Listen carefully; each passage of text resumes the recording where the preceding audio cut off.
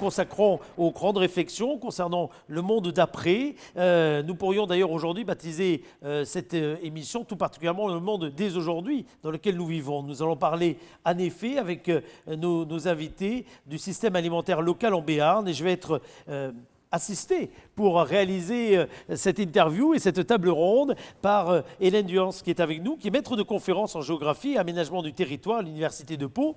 Bonsoir à vous, merci d'être là Hélène.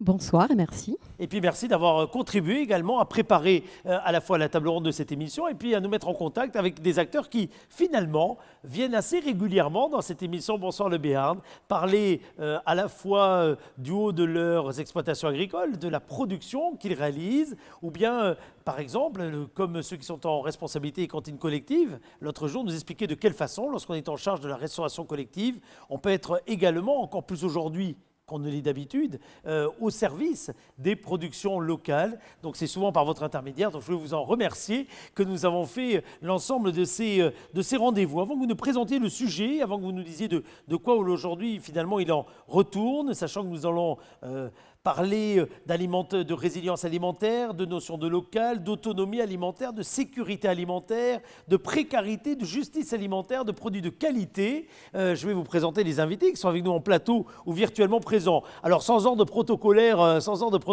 aucun, mais je vais commencer par Philippe Berthélémy, qui est médecin, gastro-entérologue à l'hôpital de Pau. On a déjà entendu sa voix également dans Bonsoir le Béarn. C'est un contributeur actif d'ailleurs à la fourniture également des bonnes idées des invités depuis le début de cette émission. Bonsoir Philippe, je vais vous poser une première question. Aujourd'hui, vous allez intervenir avec une casquette qui fait partie de vos fonctions, mais qui ne correspond pas à celle directement exercée là, en ce moment, au quotidien, à l'hôpital de Pau. C'est bien ça, Philippe? Non, pas du tout. Aujourd'hui, je ne suis pas du tout le gastro-entérologue hospitalier.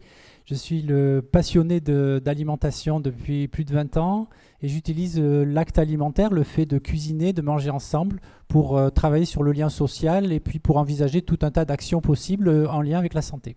Vous nous direz, cela dit, l'importance qu'il y a entre la qualité des aliments que l'on choisit et puis évidemment la santé. Tout à l'heure, ça sera important de faire ce lien qui n'est pas neutre. Sandrine Lafargue est avec nous. Vous êtes élue au conseil départemental des Pyrénées-Atlantiques et très investie dans votre mandat, d'ailleurs, au sein du conseil départemental, autour de ces questions et en particulier autour des questions liées à l'approvisionnement local pour la restauration collective. Ce n'est pas que votre seul cheval de bataille, mais qu'est-ce qui vous fait vous préoccuper de ces questions en particulier? C'est votre rôle d'élu ou c'est aussi celui qui est en charge de sa propre alimentation, de celle de son foyer, de sa petite famille? Alors, bonsoir à tous. Donc, en effet, cette problématique, elle est. Donc, le président du conseil départemental m'a confié cette mission de porter ce programme Angers Bio local label et terroir. Donc, c'est l'alimentation en restauration collective. Et c'est un sujet qui est au centre de toutes les questions, que ce soit pour un jeune enfant en crèche ou dans les EHPAD. Et la crise sanitaire que nous vivons aujourd'hui a bien mis en évidence que la question de l'alimentation dans les familles était primordiale. Donc, je m'intéresse depuis tout temps à cette problématique et encore plus dans le cadre de mon mandat. Jean-Marc Russotte est à vos côtés. Alors Jean-Marc, c'est un viticulteur, d'abord en Jurançon, avant toute chose, mais c'est également aujourd'hui le représentant du Conseil de développement du pays de Béarn. Alors attention mon cher Jean-Marc, je vais vous demander un exercice qui n'est jamais évident.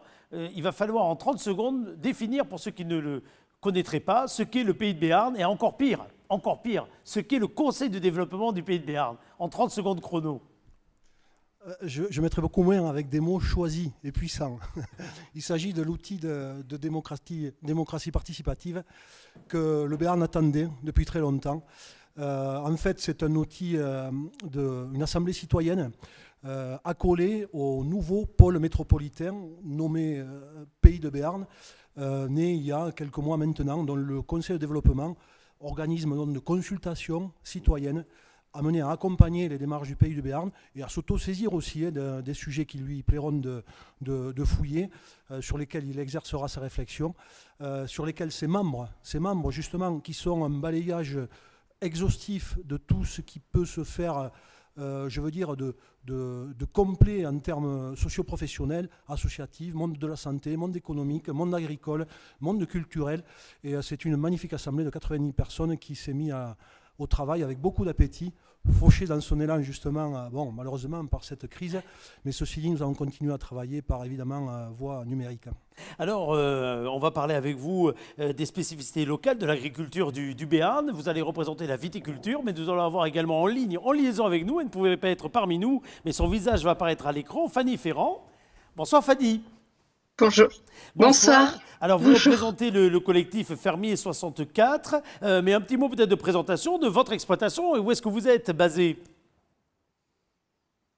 Je suis basée à Castétis. J'espère que vous m'entendez bien. Très bien, aucun problème pour nous. Donc, on est à Castétis, on a une ferme, on a des vaches laitières, on fait du fromage en vente directe. Et la période est un peu très chargée en ce moment et on a attaqué les foins. Eh oui, oui, oui. Donc on comprend bien. En plus, merci de votre disponibilité d'ailleurs entre l'exercice premier de votre métier et puis l'exercice de participer ce soir à cette table ronde. Merci en tout cas beaucoup puisque vous allez assister à celle-ci et pouvoir y participer. Hélène, pourquoi ça vous semble important aujourd'hui, alors qu'on emploie de plus en plus un effet dans nos propres réflexions, hein, l'importance des circuits courts, on ne cesse de redire, oui, il faut bien manger, c'est indispensable, oui, il faut savoir reconstruire un système alimentaire. Pourquoi ça vous semble important de se positionner sur ces questions autour d'un système alimentaire local? Et j'ai presque envie de dire, c'est quoi le mot local? Qu'est-ce qu'il y a derrière le mot local? Qu'est-ce qu'il y a derrière le mot territorial lorsqu'on parle d'un système alimentaire?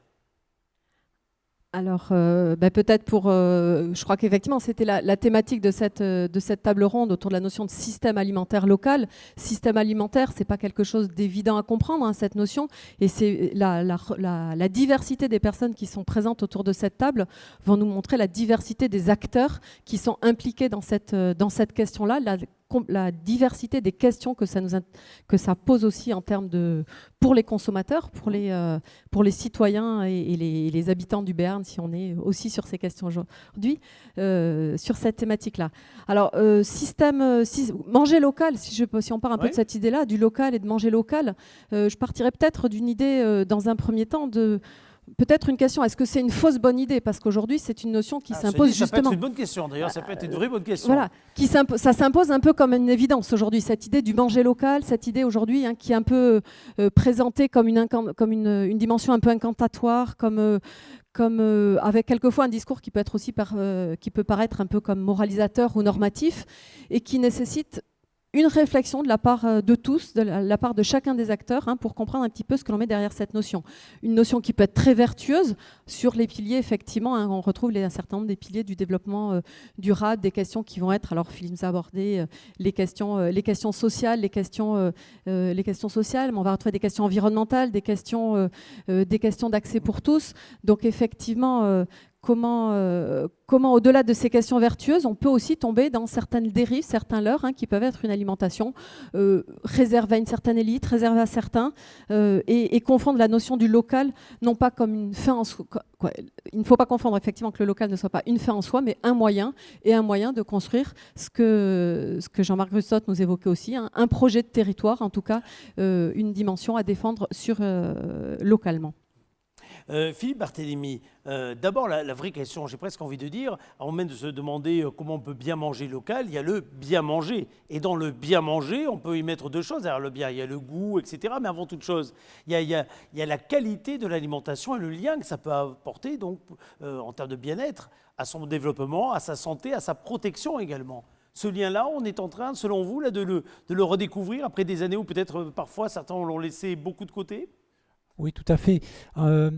Maintenant, il y a une évidence pour certains, en effet, qu'il faut manger des produits frais, de proximité, bio si possible. Ça paraît une évidence pour certains, mais si on revient ne serait-ce que 30 ans en arrière, eh bien, on était à manger très vite, des produits tout préparés, des produits préparés, tellement préparés qu'il n'y avait plus de nutriments à l'intérieur et qu'on pouvait douter de la qualité que ça apportait. Donc petit à petit, la société, même à l'échelle planétaire, a évolué avec d'un côté ceux qui n'ont pas assez à manger, qui sont quand même 2 milliards, c'est pas rien. Oui, c'est clair. Ceux qui ont entre guillemets trop à manger, mais qui, pour nombre d'entre eux, ont des carences importantes, des carences en sels minéraux, des carences en vitamines, et puis surtout, ils ont carencé leur microbiote. Alors ça, c'est la nouvelle Alors nous allons La employer nouvelle beaucoup, révolution. nous allons employer beaucoup de gros mots pendant cette heure-ci, Je je vais sens. essayer, Donc nous je commençons vais par essayer le de pas robot trop vous en microbio. parler, Allez-y. mais c'est difficile de ne pas du tout aborder la question, à quel point ça révolutionne complètement notre façon de penser l'alimentation. C'est-à-dire que nous hébergeons dans notre bidoche des milliards de bactéries qui nous rendent d'immenses services pour la santé. Et les nouvelles modes d'alimentation, tout préparé, ont négligé complètement d'alimenter ce microbiote. Et donc on revient maintenant vers beaucoup plus de fruits et légumes, de céréales complètes, de légumineuses, donc les fèves, les haricots, les pois chiches, etc., qui sont des aliments qui ne sont pas pratiques du tout. Donc quand on dit qu'il faut en manger, ça ne correspond pas à des recettes classiques à la maison, on ne sait pas les préparer, donc finalement... Voilà, donc il y a tout un accompagnement qu'il va falloir faire pour rééquilibrer l'alimentation. Mais c'est aussi parce que ces dernières années, entre autres, mais pas que, notre façon de manger, elle a beaucoup évolué. Il y a encore quelques années, le repas que l'on partageait en famille ou dans des foyers ensemble, donc où il y avait un acte qui était un acte de partage, hein, quelque part autour de la nourriture. Aujourd'hui, c'est souvent un acte égoïste, c'est-à-dire, pour paraphraser de fameux auteurs, aujourd'hui, on est plutôt en train de se nourrir, presque pour survivre, plus que de se dire qu'on mange dans une notion de partage, de bien-être, etc. Oui. Alors si on peut même aller encore plus loin, en mettant une petite pointe d'anthropologie, mais c'est très important, Ouais. les hommes mangent ensemble en cercle autour du feu depuis 500 000 ans. Ah oui. 500 000 ans, c'est un temps absolument considérable. Et depuis seulement 100 000 ans, les hommes parlent. Donc pendant 400 000 ans, ils ont fait le feu tous les jours, ils se sont échangés autour du feu sans communiquer par le verbe. Donc, vous voyez. Et brutalement, dans les années 50, on casse ce lien fondamental au lien social autour de l'acte alimentaire en introduisant le manger seul, entre guillemets. Manger seul, ça veut dire manger vite, quelque chose de tout préparé. Et ça, c'est une fracture sociologique majeure. Donc, et on va le vivre de façon encore plus pertinente et complexe avec les nouvelles distanciations que va imposer le Covid. C'est-à-dire que non seulement on va réapprendre à manger ensemble, mais on va réapprendre à manger à distance. Donc ça va être très complexe. Il y a des mutations très importantes qui se préparent. Et Hélène, d'ailleurs, ça fait partie des choses que vous observez, que vous étudiez, vous, universitaires, et qui vous interrogent sur la façon dont, d'ailleurs, il y a des liens entre la géographie, l'aménagement des territoires, et simplement avec un point de départ ou un point d'arrivée, le fait de consommer, de manger ensemble. Tout à fait, oui, effectivement, la question des pratiques alimentaires, en tout cas, et si on rentre sur ces questions de pratiques qui sont très associées, dont on peut voir une évolution dans le temps, Philippe évoquait cette évolution dans le temps, mais qui sont aussi très culturellement marquées en fonction de groupes sociaux, de régions, etc., sont de plus en plus marquées, effectivement, par ces questions. Alors, ce terme de distanciation qui est aujourd'hui très marqué, de distanciation sociale, mais qui marque aussi des distanciations qui sont effectivement une distanciation spatiale. On va chercher des produits de plus en plus loin à l'autre bout de la planète avec un système qui se mondialise autour de ces produits qu'on va chercher de plus en plus loin. Une distanciation économique qui est celle aussi de la multiplication des intermédiaires entre le produit issu du travail de la terre et celui qui arrive dans l'assiette. Donc effectivement, une multiplicité d'intermédiaires qui vont transformer ces produits. Je dirais aussi, dans nos connaissances, la connaissance de chacun d'entre nous, effectivement, et c'est cette dimension cognitive à l'alimentation dont on ne sait plus forcément, on dit très souvent en rigolant, comment les enfants ne savent pas très bien reconnaître un poisson autrement que quelque chose de carré dans l'assiette. Mais effectivement, ça paraît une boutade, mais chacun d'entre nous, qui est capable de reconnaître les noms de tous les fruits, légumes ou aliments que l'on peut reconnaître sur pied ou dans les marchés. Donc effectivement, notre connaissance des milieux, des productions et des produits et des pratiques, on y reviendra, mais des pratiques agricoles aussi, est extrêmement importante. Donc toute cette déconnexion globale qui s'est construite avec le temps et notamment avec la mise en place de ce système alimentaire mondial et mondialisé amène effectivement cette situation de déconnexion qui nécessite aujourd'hui une réinterrogation et que cette crise sanitaire amène à réfléchir et accélère cette réflexion-là. Fanny Ferrand, mais également Jean-Marc. Chacun, alors ici un plateau, je le dis pour la caméra qui va aller sur lui, et puis l'autre avec Fanny qui est de l'autre côté. Vous avez l'impression, tous les deux, qu'on qu'on méconnaît souvent votre métier de plus en plus, sachant que nous ici, on est quand même dans un territoire où la proximité entre la grande ville, entre guillemets, et l'endroit où vous exercez les uns les autres se résume en quelques kilomètres, ce qui n'est pas le cas dans les beaucoup plus grandes métropoles ou dans des territoires où il y a beaucoup plus d'éloignement. Mais déjà, est-ce que vous avez l'impression qu'au fil du temps, on a perdu la connaissance à la fois de votre métier et puis finalement de ce que vous produisiez, la façon dont vous le produisiez, Fanny? C'est difficile de répondre à ça parce que c'est assez complexe en fait. Je dirais même que nous, producteurs, on s'est aussi éloigné de la base de notre métier qui est la relation à la terre et qui est la relation aux animaux et à la qualité de ce qu'on produit. Et ça s'est éloigné parce que on est quand même, il faut revenir à l'histoire, hein, l'après-guerre. Il a fallu la politique a été mise en place pour que les paysans deviennent des producteurs et produisent en quantité, et on s'est pas forcément préoccupé de savoir comment c'était produit. Et donc on a adopté des méthodes de production qui ont facilité notre travail et qui nous ont permis de produire plus, mais qui nous ont pas forcément permis de vivre mieux, parce qu'aujourd'hui la crise que l'agriculture elle traverse, elle est bien présente. Ça veut dire qu'on vit pas de notre métier. Et pardon, j'ai perdu le fil de ce que je voulais dire. Et au fil de ces années où on était peut-être concentré sur la production, vous disiez que vous aviez peut-être, perdu, entre guillemets, un lien à la fois avec la terre, mais aussi, si je comprends bien, avec les consommateurs, peut-être. Enfin, quand je dis la terre, mais les animaux, etc. Voilà.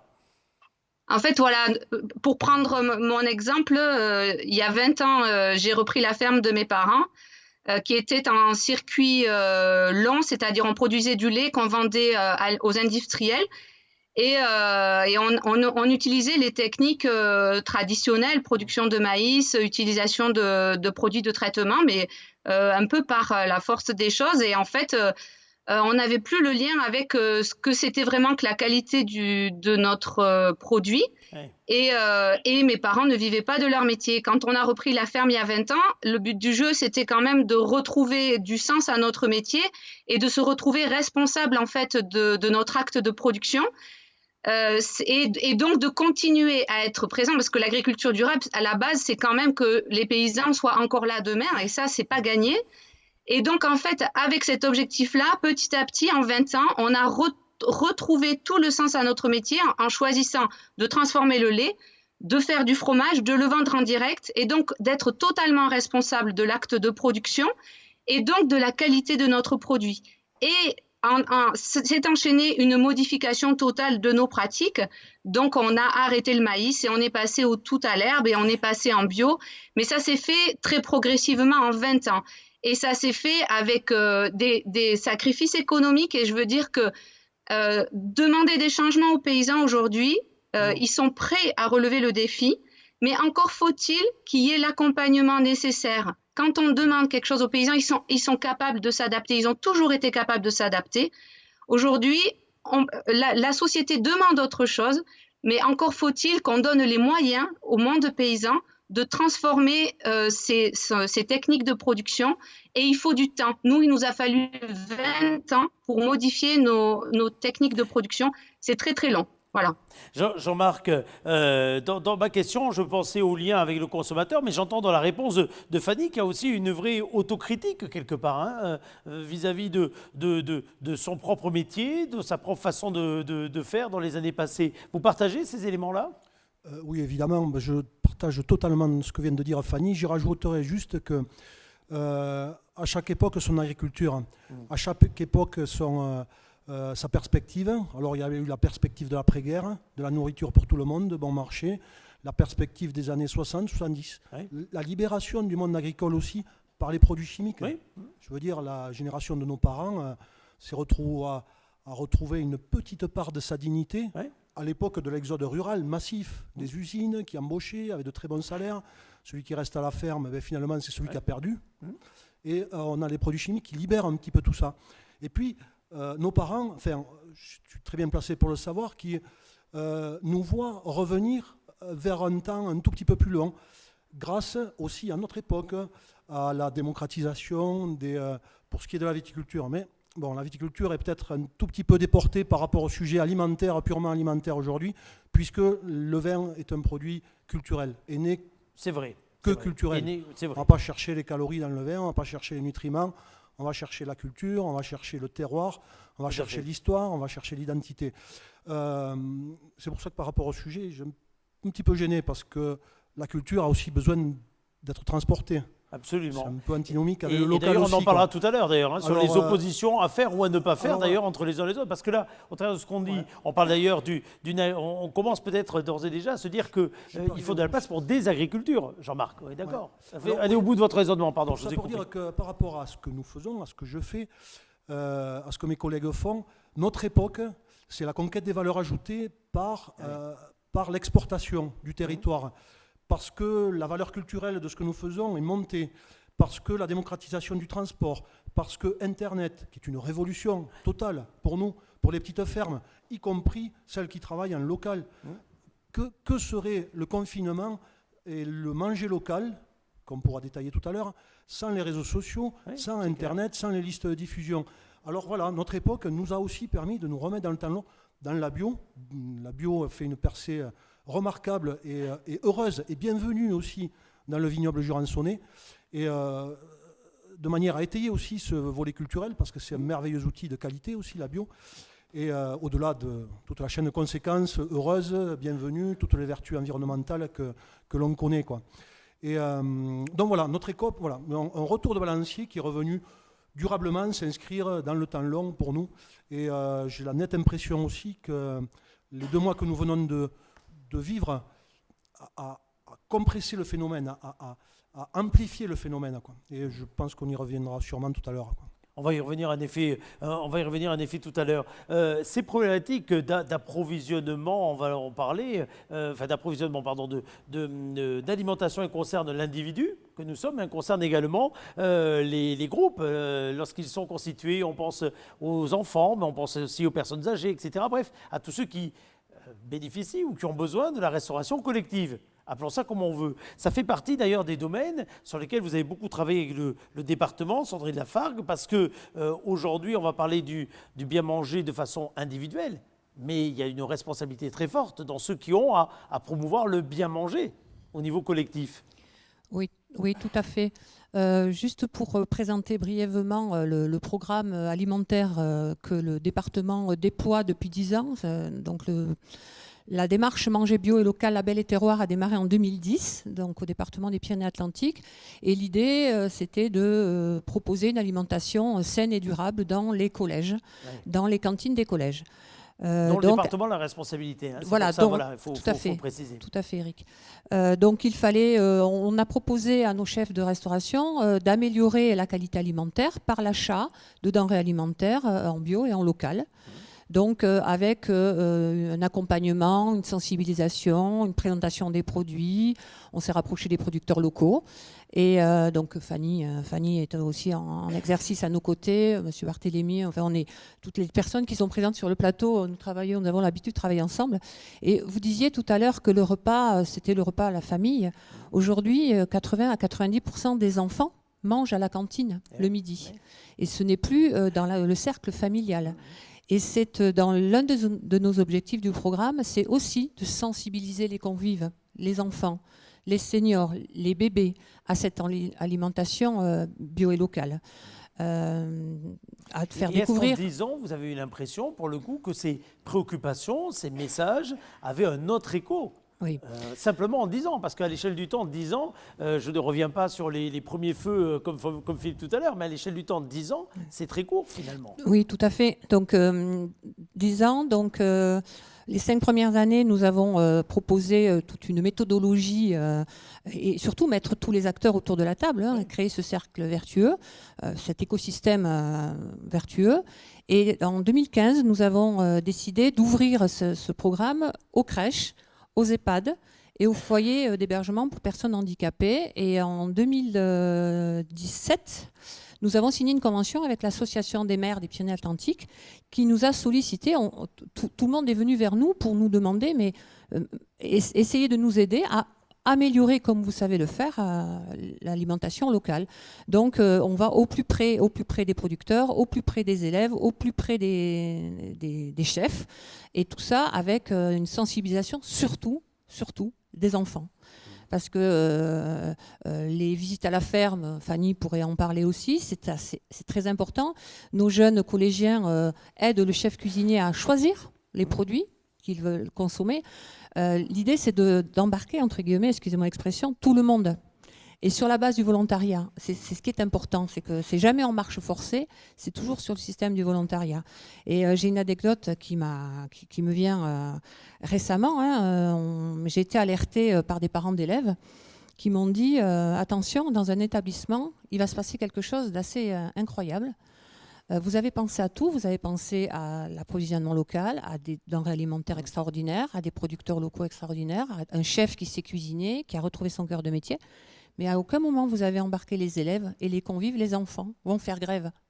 Parce qu'ils ne sont pas d'accord de manger des légumes à chaque repas, un peu moins de viande, parce que du coup on propose le qualitatif plutôt que de la viande un petit peu moins qualitative, etc. Et là, quand j'ai reçu ça, je me suis dit, mais en effet, on a pensé, nous tous, en tant qu'adultes, à ce cercle vertueux, et à aucun moment, à ce moment-là, puisqu'on avait changé de chef cuisinier, on n'a pas dit aux élèves, et là j'ai dû me rendre à la commission des repas et expliquer aux enfants que c'était des collégiens, et j'ai eu une grande prise de conscience que tout le monde doit être embarqué dans l'aventure. Parce que la promotion des asperges ce jour-là du haricot vert, ça a été compliqué, c'est ça? Non. Et, quand le principal chef d'établissement m'a expliqué le clou du spectacle, quand la veille il y a eu des coquillettes à table avec du poivron. Et le poivron n'a pas du tout été apprécié par les élèves et ils l'ont jeté. Les coquillettes, évidemment, tout le monde en voulait. Ben oui. Et ben, sans les poivrons. Donc il y a eu le gaspillage de 200 kilos de coquillettes. Je peux vous dire que financièrement, tout ça c'est un coût, parce qu'on parle de bien manger local, mais on a quand même des coûts économiques. On en parlera après de cette notion de coût, parce qu'elle est évidemment tout à fait importante. D'ailleurs, et au travers de ce qui a été dit tout à l'heure par Fanny, lorsqu'elle parle du côté viable de l'activité, de son métier, de l'exercice du métier, il faut aussi qu'on pense au côté viable de ceux qui peuvent ou qui vont vouloir se payer cette alimentation de qualité de laquelle nous parlons. Avant cela, peut-être, Hélène, il y a quelques mots là qu'on a commencé à entendre là, de plus en plus qui mériteraient presque un petit bout d'explication. Lorsqu'on parle de produits de qualité, on met souvent ça en opposition, non pas d'opposition, avec des liens parfois raccourcis entre local et des produits venant d'un peu plus loin. C'est pas la distance, c'est pas que le seul critère qui permet de dire qualité ou pas qualité. On parle en ce moment beaucoup, on mélange beaucoup tout ce qui est autour de la sécurité alimentaire, dans le sens de l'hygiène, etc., avec également la sécurité de l'approvisionnement. Bref, on est dans un moment où on mélange beaucoup de concepts. Si on prenait quelques-uns de ces concepts, comment est-ce que vous pourriez essayer de faire le tri dans tout ça? C'est un exercice pas facile, Hélène. C'est effectivement un exercice pas facile, beaucoup de termes, beaucoup de concepts et beaucoup d'aspects très techniques qu'on a tendance à manipuler ou à agiter quand on est dans une des entrées de ce système ou autre. On a vu la diversité des acteurs qui sont concernés et qu'effectivement le nutritionniste qui prépare les repas va avoir une approche de ces questions-là qui n'est pas forcément la même que l'agriculteur qui va les produire, que le paysan qui va les produire ou autre. La dimension culturelle aussi qu'on évoquait, qui a une importance dans les manières d'accepter. Peut-être que les enfants à la cantine acceptent mieux des produits qu'ils connaissent, qui sont de leur terroir, que des produits qu'ils ne connaissaient pas. Donc effectivement, chacun l'aborde avec un petit peu son entrée et son regard. Peut-être que, alors pour en choisir peut-être quelques-uns, je ne sais pas, on entend beaucoup, je ne sais pas, là j'en ai pas, ils vont venir peut-être au fur et à mesure que je parle, mais on entend parler, on a évoqué la question d'autonomie alimentaire, de résilience alimentaire, puisque vous les avez cités tout à l'heure. Alors résilience, ce n'est pas forcément un terme que j'utilise ou que j'utilisais véritablement avant la situation qu'on est en train de vivre. La résilience fait souvent référence à des capacités d'adaptation face à un événement un peu traumatisant ou plutôt un événement négatif, fort, en tout cas, et souvent négatif. contraint. Donc effectivement, parler de résilience dans l'évolution et dans aujourd'hui le processus de relocalisation de l'alimentation n'était pas forcément peut-être le plus adapté, mais aujourd'hui, face à ce contexte-là et face à ce que l'on vit véritablement depuis 2 mois, oui, c'est comment est-ce qu'on va évoluer après, comment est-ce qu'on va s'adapter, et on voit aujourd'hui déjà des modèles d'adaptation, des formes d'adaptation et une très très grande créativité de nos territoires, des différents acteurs des territoires à tous les échelons, dans la capacité d'innover, d'adapter, de trouver des moyens de gérer toutes ces étapes-là.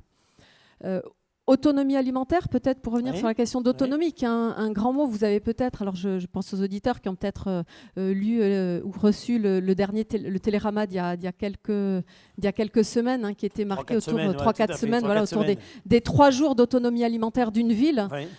On est sur des phrases un petit peu fortes, un petit peu choc, mais qui sont effectivement dans les modèles aujourd'hui qui sont calculés, de voir un petit peu quels sont, d'essayer de mesurer des flux entrants, sortants. Donc on est vraiment sur des modèles macro qui essayent de voir ces flux entrants, sortants dans une ville pour voir effectivement ce que l'on consomme. 3 jours, c'est des chiffres qui sont un peu inquiétants. Mais la notion d'autonomie, moi j'aurais envie de l'aborder aussi à d'autres dimensions. C'est peut-être plus que l'autonomie qui renvoie à l'enfermement, c'est peut-être aussi la question de la complémentarité, de la collaboration qui ont été évoquées par les uns et les autres précédemment, qui sont alors des autonomies qui sont peut-être des collaborations qui sont peut-être territoriales. L'autonomie alimentaire, elle est souvent pensée autour d'une ville. C'est combien mange une ville, et combien produit un territoire qui va alimenter une ville. On peut peut-être penser les choses différemment effectivement à l'échelle de ces territoires. On a aussi des cantines en milieu rural, on a aussi des cantines dans différents endroits, donc ce n'est pas que centralisé sur la ville, la grande métropole, et souvent des discours qui sont portés sur les grandes métropoles. Donc effectivement, penser cette complémentarité des territoires, et je pense que c'est particulièrement vif sur un territoire comme le nôtre. Pau fait partie de ces villes moyennes, ou on dirait villes intermédiaires, qui ont ce rôle d'intermédiation, de relation avec les territoires environnants. Donc comment est-ce que ça se construit, comment est-ce que ça se construit collectivement? Et puis autonomie alimentaire qui est souvent pensée du côté de la ville, du mangeur, du consommateur. On peut je me retourne vers Fanny, mais effectivement cette idée de l'autonomie, c'est effectivement cette autonomie du producteur, de l'agriculteur, du paysan, dans la dépendance à laquelle il est rentré progressivement avec le système agricole conventionnel, et qui fait qu'effectivement il n'est plus forcément maître de tous ses choix par rapport aux pratiques de production qu'il a pu mettre en avant. Donc aujourd'hui, des mouvements qui prônent une certaine autonomie des producteurs, c'est aussi cette capacité à devenir responsable, comme le disait Fanny tout à l'heure, ou en tout cas à être acteur véritablement de son mode de production. Donc, voilà. Jean-Marc, l'agriculture, on en parle souvent avec un L apostrophe et un A majuscule, mais en réalité aujourd'hui ce sont des agricultures. Je voulais revenir vers ça tout à l'heure. Il y a différents modes que parfois on opposait, alors qu'on voit bien aujourd'hui de plus en plus qui sont complémentaires en réalité, beaucoup plus qu'opposés. Et puis d'une façon beaucoup plus globale, l'agriculture que nous avons ici dans les Pyrénées-Atlantiques, dans le Béarn, si on devait zoomer, ou dans les Pays de l'Adour, ce n'est pas la même que celle qu'on peut avoir dans d'autres territoires, avec d'autres spécificités ou autres. Comment est-ce qu'on arrive finalement aujourd'hui à regrouper tous les angles d'un même territoire, d'une même agriculture, pour essayer de parler un langage commun, qui encore une fois peut être avec des points de convergence avec d'autres, mais aussi avec des points de différence? Eh bien, c'est ce que nous allons faire avec la démarche engagée autour du plan alimentaire territorial. Alors, qu'est-ce que c'est? Le Pays de Béarn, le pôle métropolitain, s'est saisi avec les universités, Hélène qui en fait partie, avec Fermé 64, donc Fanny aussi, fait partie de l'organisation qui porte le projet, et avec la Chambre d'agriculture, dans ce système extrêmement complexe, production, consommation, de faire se parler entre eux les petits systèmes dont vous parlez là maintenant, Eric, justement, une agriculture qui est sûrement plus large, plus puissante, immédiate, qui correspond à de la transformation aussi derrière, et puis une agriculture inscrite sur un temps long où le geste est un peu plus long, où la valeur ajoutée qualitative globalement, nutritionnelle, culturelle, semble être portée un peu plus en avant. Ça correspond aussi, tout à l'heure je parlais d'une agriculture à chaque époque, là aussi on voit qu'il y a une consommation qui change aussi, une consommation qui appartient à cette époque aussi, où s'appuyant déjà sur un Béarn qui était extrêmement doué pour le circuit court. Hein. Il faut se souvenir qu'il y a une quinzaine d'années, au démarrage des AMAP, le phénomène ici a été d'un extraordinaire succès. Après l'émergence des marchés de plein vent, les listes de diffusion. Je parlais tout à l'heure de la diffusion du lien numérique entre le producteur à, je dirais moi, à temps long, mais bon, il y a peut-être d'autres choses plus appropriées. Et puis ce consommateur curieux, ça correspond aussi à une certaine curiosité autour de la cuisine, les émissions culinaires, les cercles de cuisine, tout ça revient un petit peu en force. Il est évident qu'une période comme celle-ci, où le temps est suspendu, est extrêmement propice justement à la cuisine et à cultiver ce lien circuit court. Je voulais rappeler aussi, dans ce Béarn plutôt doué pour montrer ses atouts identitaires, qualitatifs, en termes de nourriture, où que l'on regarde, hein, fruits, légumes, viande, il y a vraiment de l'empreinte, la belle empreinte, culturelle. C'est le succès des magasins de producteurs aussi, qui sont une des composantes justement, qui nous font dire que finalement il y a une très belle matière pour travailler et mettre encore un peu plus de lien en réfléchissant sur ce fameux plan alimentaire territorial qui est une démarche longue à construire pour mettre encore un petit peu plus de lien. Les institutions, je ne les oublie pas, dont le département qui était précurseur il y a 10 ans quand il a entamé cette démarche de manger bio et local dans la restauration dont il avait la compétence, élargie depuis, mais aussi l'agglo de Pau avec la ceinture verte, qui vise une certaine autonomie pour faire progresser justement cette autonomie plutôt orientée maraîchage. Donc c'est un plan qui est né l'année dernière, qui sera mieux expliqué que moi par qui de droit. Toutes ces démarches-là, portées par les collectivités, moi me donnent le sentiment que le Béarn a des atouts pour se construire à la fois une identité alimentaire, une qualité alimentaire, poursuivre cette qualité alimentaire sur laquelle il est déjà bien engagé. C'est amusant cette façon de présenter les choses, Jean-Marc, parce que vous mettez une agriculture avec un temps long en parallèle souvent d'une distribution en circuit court. Et enfin, quand j'ai en parallèle, parce que finalement, l'un rencontre l'autre, le court, le long, sémantiquement c'est intéressant, mais en plus c'est intéressant également dans le mode de production et la façon ensuite. Une fois le produit élaboré, sorti, etc., proposé, la façon dont il est proposé finalement dans la première proximité. Hein. C'est une définition qu'on n'a pas forcément l'habitude d'entendre, qui est assez intéressante. Fanny, vous vous retrouvez dans cette définition donnée par Jean-Marc ? Ben oui, complètement. En fait, on oublie souvent, malheureusement, alors ça rejoint ce qu'on disait au tout début, mais il y a une déconnexion entre l'acte de production, le fait que, pour produire un aliment, il faut du temps, de la patience, et puis l'acte de vente et de consommation. Et c'est vrai que les consommateurs sont souvent déconnectés de tout ça. C'est pour ça que nous, on aime beaucoup, on ouvre beaucoup notre ferme et on pense que montrer aux gens qu'est-ce que ça demande, par exemple, de faire un fromage. Dès qu'ils ont pris conscience du temps nécessaire entre le moment où on cultive l'herbe et où le fromage est bon à manger, il se passe souvent 1 voire 2 années. De suite, ça donne une dimension différente au produit. Et en même temps, donc ça c'est le côté long qu'il faut respecter. Et dans une société où on veut toujours aller plus vite que le temps, et la nature, nous paysans, on est tellement proches de la nature que ça nous ramène quand même, heureusement, à cette notion de temps. Et en même temps, ce circuit court, et aujourd'hui, c'est vrai que là, je voudrais faire une petite souligner en fait le fait que aujourd'hui dans le département on installe beaucoup de jeunes agriculteurs. On est un des départements où on installe le plus de jeunes. 60%, ça fait plusieurs années que au moins 60% des jeunes qui s'installent avec un projet de diversification et de vente directe et de circuit court. Pourquoi ? Parce qu'en fait, il y a une notion de retrouver le sens et sa responsabilité, mais il y a surtout une notion de rémunération, c'est-à-dire retrouver la valeur ajoutée qu'on a perdue. Il n'y a pas 36 000 solutions, malheureusement. Le problème, c'est que ça demande beaucoup de compétences, ça demande beaucoup de temps. Et souvent, en fait, parce qu'on a complètement dévalorisé la valeur du travail, tout simplement, les gens ont du mal à comprendre ce que c'est que la vraie valeur d'un produit alimentaire. Et ça demande toute une explication et un retour, je sais pas, un retour aux sources et une prise en compte, en fait, une revalorisation du métier de paysan qui est fondamentale.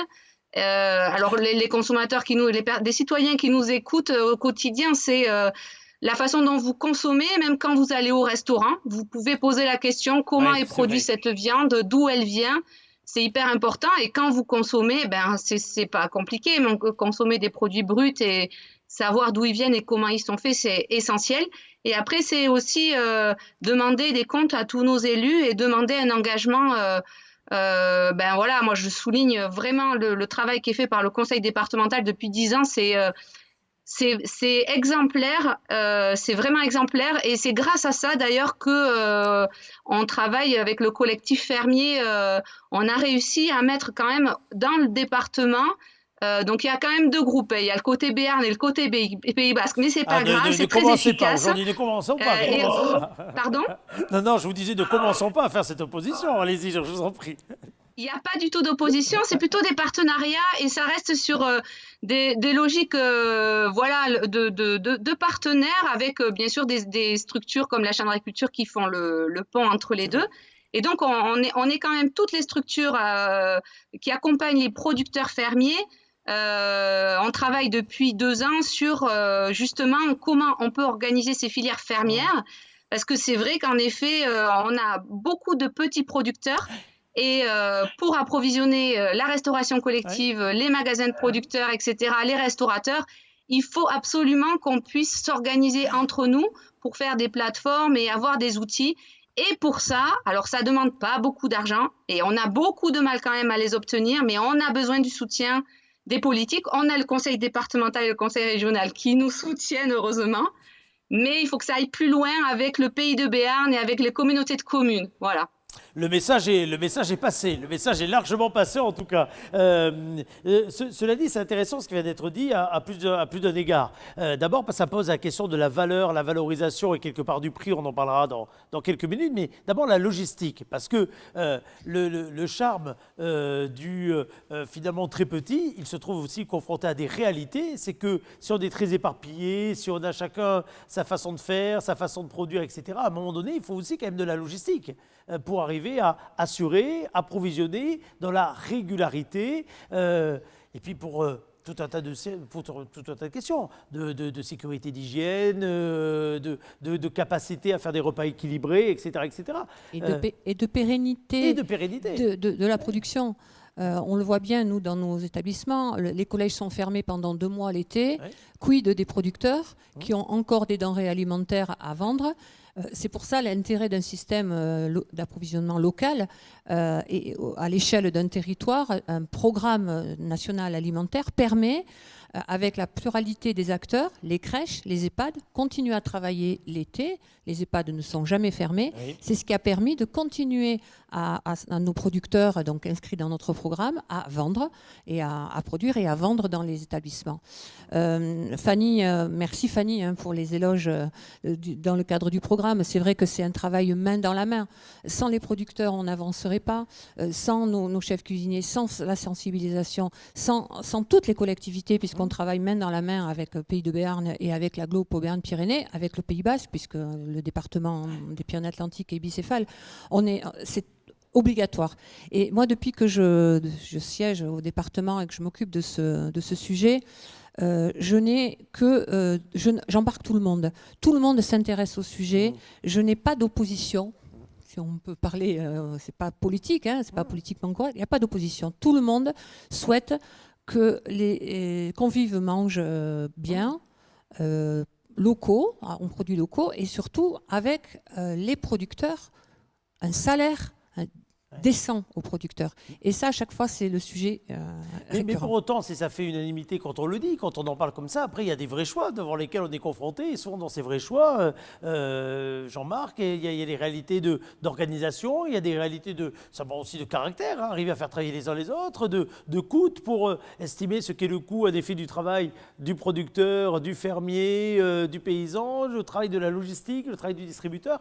Et le moins qu'on puisse dire, c'est que, y compris quand tout le monde se réunit autour de la table, ce qui est arrivé encore à les états généraux et avec tout ce qui s'est passé ces dernières années, après sur le terrain en pratique, il y a des réalités qui sont parfois difficiles à mettre en œuvre, malgré la bonne volonté des uns des autres.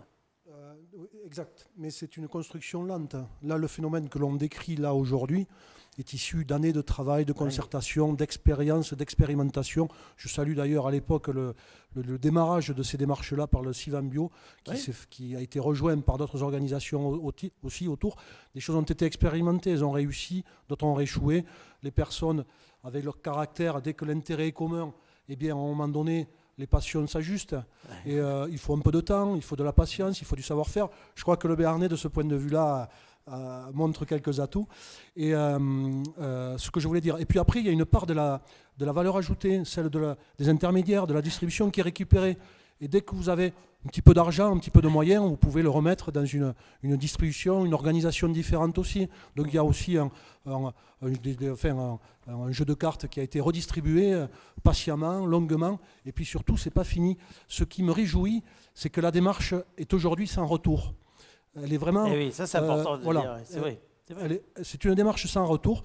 La preuve en est déjà qu'on en discute passionnément et qu'on aille vraiment très très loin dans le sujet avec nos amis et avec les témoins ici présents. Mais c'est un phénomène que j'ai pu moi regarder depuis le début, de ce retour vers, on va dire le temps long, mais vers l'autonomie alimentaire, la conquête de l'autonomie alimentaire. Je sais que ce sera un travail qui ne sera jamais fini, mais elle passionne de plus en plus les Béarnais, que ce soit dans le système de la production, dont on sait que les vertus affichées, pour peu qu'ils soient bien faits, parce que c'est quand même un sacré savoir-faire de faire de la qualité, du circuit court, c'est vraiment des métiers extrêmement techniques, qu'on fasse du légume, qu'on transforme son lait ou ainsi de suite.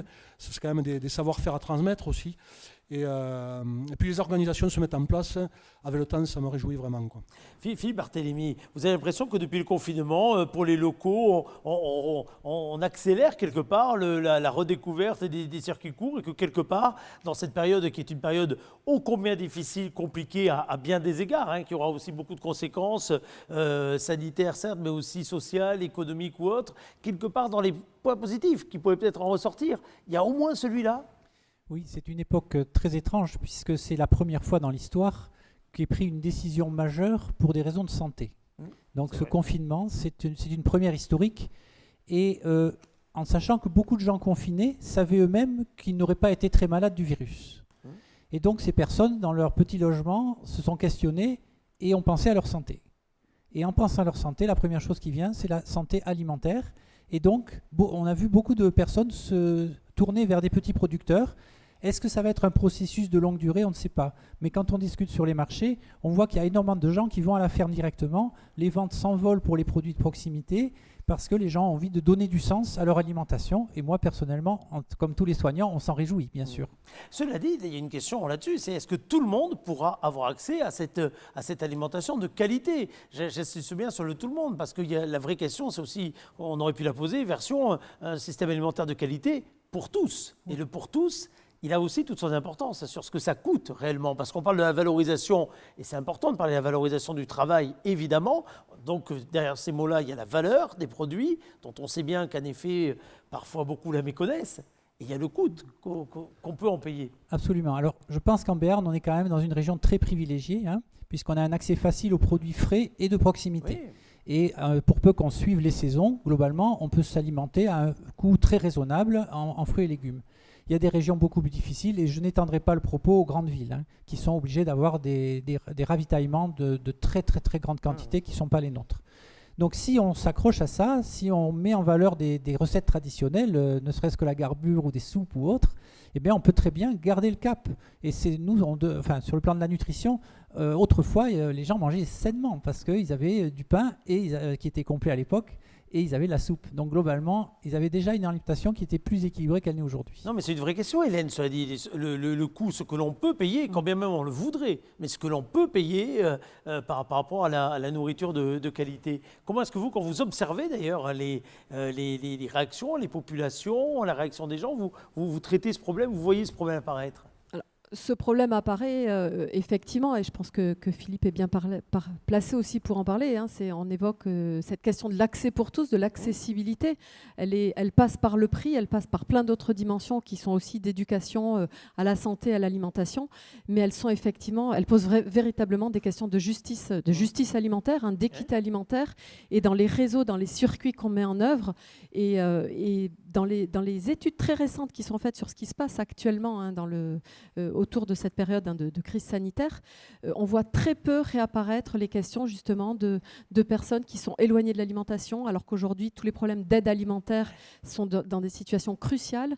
C'est des choses qui sont très très peu médiatisées et qui sont exacerbées actuellement, alors que ce sont effectivement des réalités aussi pour une grande partie de la population. Sandrine Lafargue, le prix, c'est une question importante. Alors vous êtes une élue du département, donc dans le département, dans les responsabilités aussi qui sont les vôtres, il y a tout ce qui concerne l'insertion et puis le soutien à des publics précaires, en difficulté, etc. Comment est-ce que cette question, vous l'abordez ? Le prix, c'est le sujet primordial lorsque nous rentrons dans des établissements pour proposer une qualité alimentaire en bio et local. Les établissements nous disent « je veux bien acheter du bio local, mais c'est trop cher ». C'est 20 à 30% plus cher que ce que j'achète habituellement. Donc tout ça, on travaille avec une lutte contre le gaspillage alimentaire. C'est-à-dire, on travaille sur des achats en plus petite quantité, mais des produits très qualitatifs, avec un accompagnement de nos chefs pour travailler sur de la cuisson à basse température, avec des pratiques culinaires modifiées. C'est ce que disait Patrice Torres pendant l'autre jour, qui travaillait dans une collectivité à Monin, qui nous disait ici qu'en réalité, quand il regardait le coût global avec les économies qu'il faisait contre le gaspillage, enfin en luttant contre le gaspillage, etc., sur une année, la question ne se posait pas de la même façon que le prix au kilo de tel ou tel produit. Mais c'est le frein qui vient en premier lieu. Et quant au public sensible, l'accompagnement à la sensibilisation au bien manger, on voit bien les élèves qui mangent dans nos établissements ramènent à la maison « j'ai mangé des épinards à la cantine ». Est-ce que tu peux me faire des épinards? Des produits de saison, comme disait M. Barthélémy, ça coûte quand même pas si cher que ça pour tous. Et un deuxième point, Fanny a évoqué... Nous sommes tous une génération où quand on parlait épinards à la cantine avec les boîtes de conserve, ça n'avait pas la même saveur. Alors, vraiment, ça n'avait pas la même saveur. Éric, c'est vraiment du vécu ce que je dis, parce que je détestais les épinards de la cantine. Et maintenant, grâce à l'approvisionnement local... On les redécouvre tout à fait différemment. Tout à fait, c'est pas le même produit. Fanny a abordé très rapidement, mais c'est un frein essentiel aussi, c'est la logistique. La logistique pour les producteurs locaux. Et on s'est rendu compte, là, pendant cette crise sanitaire, que les producteurs ont trouvé des voies, des nouvelles voies de livraison incroyables, via Internet, via les plateformes, via les différents réseaux.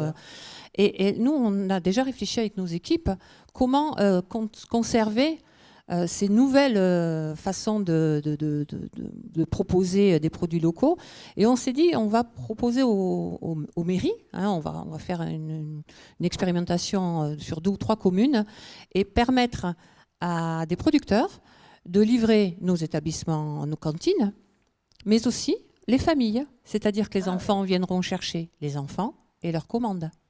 Donc on va commencer sur 2 ou 3 communes volontaires et pourquoi pas continuer à livrer dans nos établissements pour les familles. Ça veut dire que cette période, comme notre Hélène, c'est une période aussi de créativité quelque part et qu'en effet, quand on est dos au mur, on dit souvent que c'est là que l'étincelle de l'innovation voit le plus souvent le jour. Là, on peut arriver à innover dans des choses qui sont quelque part aussi traditionnelles, dans le bon sens du terme, que l'alimentation, la nourriture. Tout à fait. Et si on observe ce qui s'est passé ces derniers jours, ces derniers temps ou ces dernières semaines, c'est véritablement une créativité qui a impliqué et embarqué, pour reprendre le terme, embarqué véritablement des acteurs qui n'avaient pas l'habitude de travailler ensemble. Et on voit pour citer aussi tous les habitants des quartiers, des villages, de certaines communes qui se sont impliqués aussi dans ces logiques de distribution, de portage de repas à domicile et autres. Donc véritablement, tout le monde s'est impliqué dans cette logique avec véritablement des innovations que l'on n'aurait pas imaginées. Par contre, et peut-être pour revenir quand même sur ces questions justement de pérennité, de pérennité dans ces logiques de logistique notamment, ce qu'on voit véritablement apparaître avec cette crise et cette situation, c'est réapparaître le rôle des acteurs publics, le rôle, la question de la fermeture des marchés de plein vent. On a vu combien le rôle des maires a été important et comment ils ont été les premiers en ligne pour réactiver ou pas, d'ailleurs suivant les villages, mais justement le rôle de l'élu et des élus, alors d'abord les communes, mais on voit ensuite effectivement à différents échelons des collectivités territoriales montrer ses responsabilités, et c'est quelque chose qui va être effectivement très important pour encadrer, pérenniser et construire ces logiques de système territorialisé. Jean-Marc Grussotte pour la dernière partie d'ailleurs de cet entretien, justement pour parler de la suite et des priorités pour chacun d'entre vous par rapport à ces questions et quelque part par rapport à ce qui peut faire sens en commun sur un même territoire. Là on touche quelque chose qui peut être fondamental, identitaire dans ce fameux pays de Béarn dont vous avez rappelé qu'il avait peut-être mis du temps à se constituer, mais maintenant qu'il était là, il faut lui donner corps, lui donner vie, lui donner de la dimension, et ce sujet-là, ça peut être un angle très important de la fondation du pays. Un des premiers chantiers du pays de Béarn et par ricochet un des premiers chantiers du Conseil de développement du pays de Béarn, c'est un travail sur l'identité, l'identité des Béarnais, ce qu'on doit être, et puis in fine, au bout, la marque de territoire, celle que l'on espère, celle derrière dans laquelle on se reconnaîtra tous, construite ensemble avec une participation citoyenne la plus large qui soit. D'ailleurs, à ce titre, nous allons commencer à diffuser un questionnaire sur l'identité béarnaise à partir de la semaine prochaine. Je l'entends. Phénomène à amplifier et donc commencer à recueillir le sentiment des Béarnais sur le Béarn. Il est évident que l'alimentaire est une part de la vie du Béarnais sûrement majeure. Je veux dire, les moments de convivialité, qu'ils soient traditionnels, qu'ils soient nouveaux maintenant, tourne autour de la fête, l'allégorie du fromage à la Reims, maintenant la blonde à Sauveterre. Enfin, je veux dire, c'est où que l'on regarde, il y a de la qualité, il y a de l'identité. Nous en sommes tous convaincus, du moins ceux qui accordent aussi le temps long à la consommation, en fait. Consommation culturelle, identitaire, de qualité, réclame aussi un tout petit peu de temps. On transforme le produit brut. On regarde aussi le produit carné, on en mange un peu moins, mais par contre, il nous faut des garanties de qualité. Et toutes ces démarches-là sont aujourd'hui matures pour être organisées et faire que le Béarn, à travers une réflexion large, extrêmement ambitieuse autour de ce plan alimentaire fameux territorial, dans laquelle le Conseil de développement va prendre une part large, puisque c'est aussi l'affaire de chacun des Béarnais et que la représentation citoyenne doit peser sur ce que sera demain le Béarn alimentaire. Beaucoup de logique, beaucoup de bon sens, beaucoup de diplomatie sont devant nous à déployer pour que demain, nos enfants n'aient pas à vivre l'immédiateté de l'alimentaire que nous avons connue par le passé. Et nous sommes tous résolus à nous éloigner de cette immédiateté-là. Alors évidemment, aujourd'hui, dans cette période de confinement, nous y sommes les pieds dedans. Oui. Certains s'éloigneront du principe demain. Mais je pense que nous allons gagner comment dire, une part de convaincus avec des arguments de poids aujourd'hui et puis du vécu pour beaucoup d'entre nous dans cette période-là. Je crois qu'il en restera beaucoup de choses à amplifier, bien sûr. Sandrine Lafargue, donc le travail qui a été fait depuis 10 ans, ok, bien sûr, mais on voit bien la valeur qu'il a d'ailleurs aujourd'hui, puisqu'on parle de valorisation, mais dans les priorités qu'il reste maintenant, dans les étapes à franchir. Alors, l'ouverture des collèges, l'ouverture des établissements. Aujourd'hui, on a la volonté à ce que les producteurs redémarrent. Certains, aucun producteur qui sont inscrits dans notre démarche n'ont perdu de denrées. On dû jeter. Vous parlez de l'immédiateté. L'immédiateté, là, d'accord. Ça, c'était primordial pour nous.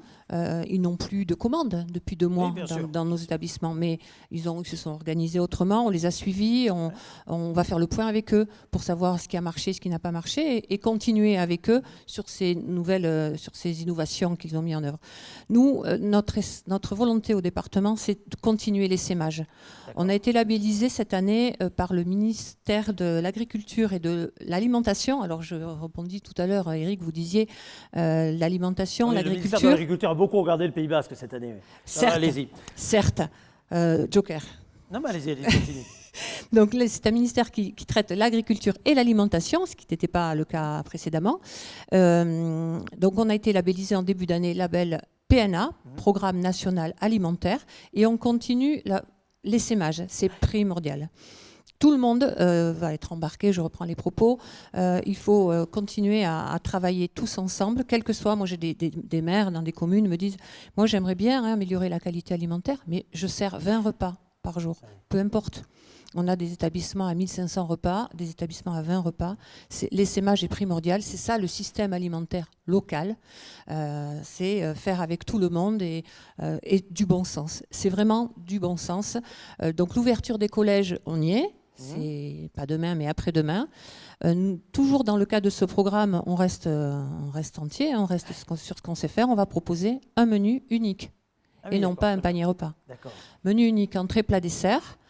Le fonctionnement va être le même, alors à minima quand même, mais entrée, plat, dessert, en tout cas, avec les gestes barrières, avec les distanciations sociales. Mais on va surtout aussi éviter d'acheter des bouteilles en plastique pour faire des paniers de repas, parce que la gestion des déchets, c'est encore un sujet qu'on n'a pas abordé là, mais qui est important, évidemment. Voilà. Donc, ils ont la possibilité de se servir eux-mêmes en salade-bar.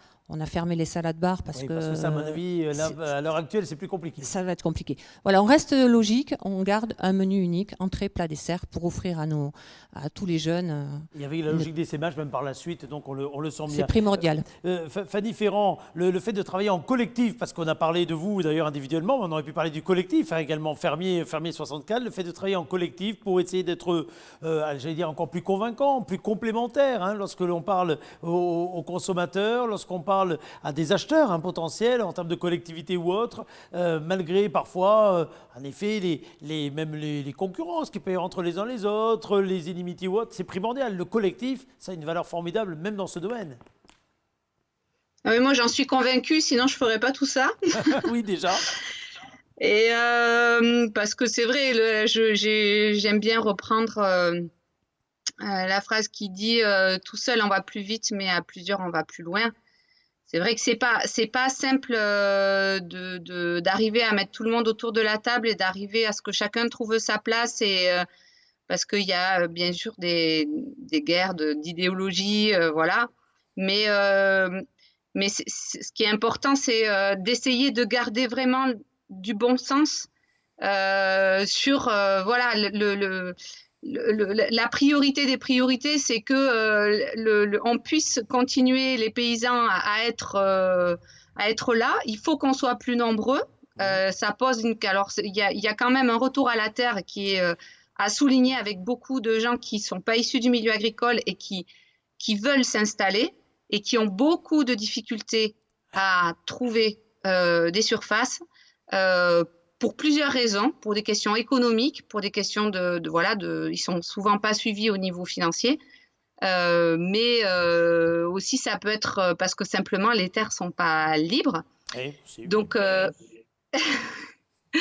c'est voilà, c'est des choses qu'il faut. Ça aussi, c'est collectivement qu'il faut qu'on s'attache à ça. Et après, ben voilà, comment on peut s'organiser entre nous pour approvisionner. En fait, ce que vraiment, c'est important de comprendre que ce qui est en train de se passer, qui est très efficace et très peu cher, en fait, tout le travail qu'on fait au niveau collectif et qui fait avancer beaucoup le plan alimentaire territorial sans être vraiment affiché, mais en fait, c'est du travail qui va aider là-dessus. Il est très efficace, mais clairement, il manque de soutien, et Et nous, on n'a pas trop le temps de faire tout ça. Ben, Donc, le message, on a besoin vraiment du soutien de on tout sent le bien le monde. message, on entend bien le message. Merci beaucoup, en tout cas, Fanny, d'avoir été en liaison avec nous. Philippe, pour terminer, avant Hélène, Philippe, pour terminer, les soignants que vous êtes par votre culture, quelque part, de la prévention, de l'anticipation, de l'hygiène, dont on parlait tout à l'heure, vous allez continuer à vous impliquer, à souhaiter accompagner comme ça les transformations sociétales sur des sujets aussi importants que l'alimentation? Ah oui, oui, je pense que ça fait vraiment partie des objectifs de santé publique, hein. Donc les grandes tutelles, l'ARS et autres s'intéressent beaucoup à ces questions qui sont vraiment fondatrices de la base de la prévention. De toute façon, là, de ce côté-là, il n'y a aucun risque que ça s'arrête. Et pour continuer à essaimer, quelle que soit la dimension dans laquelle on est, des initiatives comme les ateliers cuisine ou d'autres formes comme celles que vous avez défendues, vous continuez à défendre Oui, d'ailleurs tout à fait, de oui. façon générale. Pour vous, ça vous semble être de bons laboratoires, mais dans le bon sens du terme, hein, pour finalement avoir un rapport très direct avec ceux qui seront les acheteurs demain, les consommateurs, les cuisiniers de demain? Oui, absolument. Oui. Vraiment, pour moi, l'atelier cuisine, c'est le moment clé de la mise en action, hein. Donc il n'y a aucun problème. Oui, tout à fait. Je pense qu'on va être nombreux à pousser dans ce sens. Très bien. Bien, sachez d'ailleurs qu'à partir dans quelques jours, on va avoir une série d'ateliers cuisine qui vont être réalisés ici sur la chaîne locale avec, j'imagine, dans le choix des produits qui vont être faits par les chefs, qui sont des chefs qui vont cuisiner des plats du quotidien, parce que les grands concours, c'est une chose, mais les plats du quotidien,